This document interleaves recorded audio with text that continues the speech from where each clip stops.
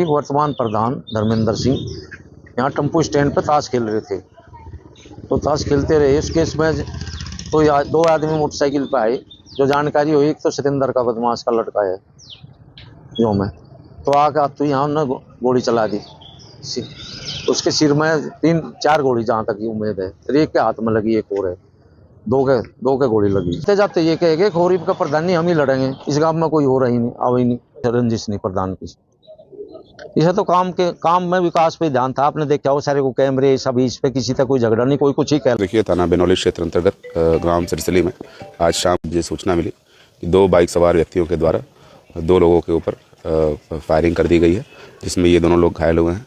नमस्कार, मैं आपके साथ संपादक राज सिंह भाटी। प्रधान चुनाव को लेकर दिल दहला देने वाली खबर। उत्तर प्रदेश बागपत सिरसली गांव के प्रधान को गोलियों से चुनावी रंजिश के चलते छलनी कर दिया। सिरसली गांव मौजूदा प्रधान से गोली मारने वाले अपराधियों ने पूछा कि आप चुनाव लड़ोगे? मौजूदा प्रधान ने कहा कि हाँ। इतने कहते ही मौजूदा ग्राम प्रधान पर अपराधियों ने ही गोलियों की बौछार कर दी और कहा कि चुनाव हम लड़ेंगे। उत्तर प्रदेश के बागपत जिले के सिरसली गांव में शाम 7 बजे एक ताश की महफिल अचानक खून खराबे में बदल गई। इस घटना ने पूरे इलाके को हिलाकर रख दिया है। ग्राम प्रधान धर्मेंद्र तोमर उर्फ धर्म पर यह गोलीबारी चुनावी रंजिश के चलते हुई है। इस वारदात में प्रधान धर्मेंद्र की मौत हो गई और एक ग्रामीण विनोद घायल हुआ है, जिसे प्राथमिक उपचार के बाद हायर सेंटर रेफर कर दिया गया है। बुधवार शाम करीब 7 बजे धर्मेंद्र तोमर अपने दोस्तों के साथ ताश खेल रहे थे। इसी दौरान अचानक बाइक सवार 2 हमलावर आए। हमलावरों ने चुनाव को लेकर पहले बातचीत की और फिर गोलियां चलानी शुरू कर दी। हमलावरों ने लगभग 4 से 5 राउंड फायर किए, जिसमें धर्मेंद्र को सीने और सिर में गंभीर चोटें आई। वह लहूलुहान होकर जमीन पर गिर पड़े। इस हादसे के बाद पूरे गांव में दहशत फैल गई।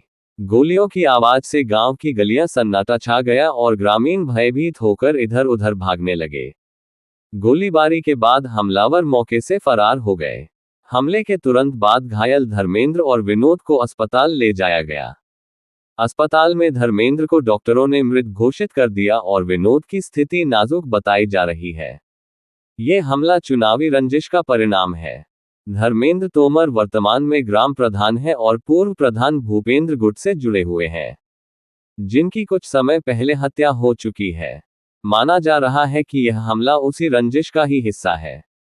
हमलावरों में से एक की पहचान आयुष के रूप में हुई है, जो एक कुख्यात बदमाश का बेटा है।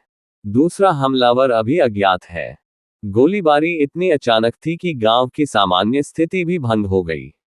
घटना की सूचना मिलते ही पुलिस और प्रशासनिक अधिकारी तुरंत ही घटनास्थल पर पहुंच गए। पूरे गांव को पुलिस छावनी में तब्दील कर दिया गया है। हर गली और नुक्कड़ पर पुलिस बल तैनात है। गांव में फैले भय और तनाव को देखते हुए जिला पुलिस ने एक विशेष जांच टीम गठित कर दी है।